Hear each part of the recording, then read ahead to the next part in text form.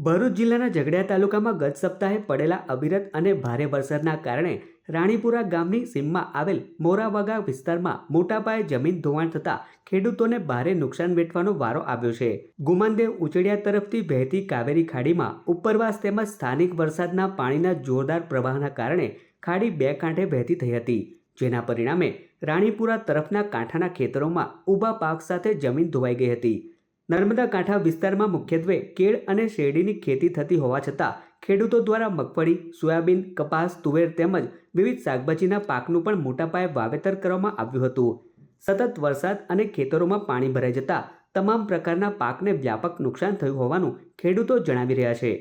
ખેડૂતોના જણાવ્યા મુજબ રાણીપુરા ગામની સીમને અડીને વહેતી કાવેરી ખાડીના રાણીપુરા કાંઠે છેલ્લા 15 વર્ષ દરમિયાન અંદાજે 200 વીઘા જેટલી જમીન ધોવાઈને સામા કાંઠે ઉચડિયા તરફ સરકી ગઈ છે। વર્ષોથી ચાલી રહેલા આ જમીન ધોવાણના કારણે ખેડૂતોને સતત નુકસાનનો સામનો કરવો પડી રહ્યો છે। રાણીપુરા મોરાવાગા વિસ્તારમાં સતત થઈ રહેલા જમીન ધોવાણને અટકાવવા માટે કાયમી રક્ષણાત્મક કામગીરી હાથ ધરવામાં આવે તેમજ અસરગ્રસ્ત ખેડૂતોને યોગ્ય વળતર આપવામાં આવે તેવી માંગ સ્થાનિક ખેડૂતો દ્વારા ઉઠાવવામાં આવી રહી છે।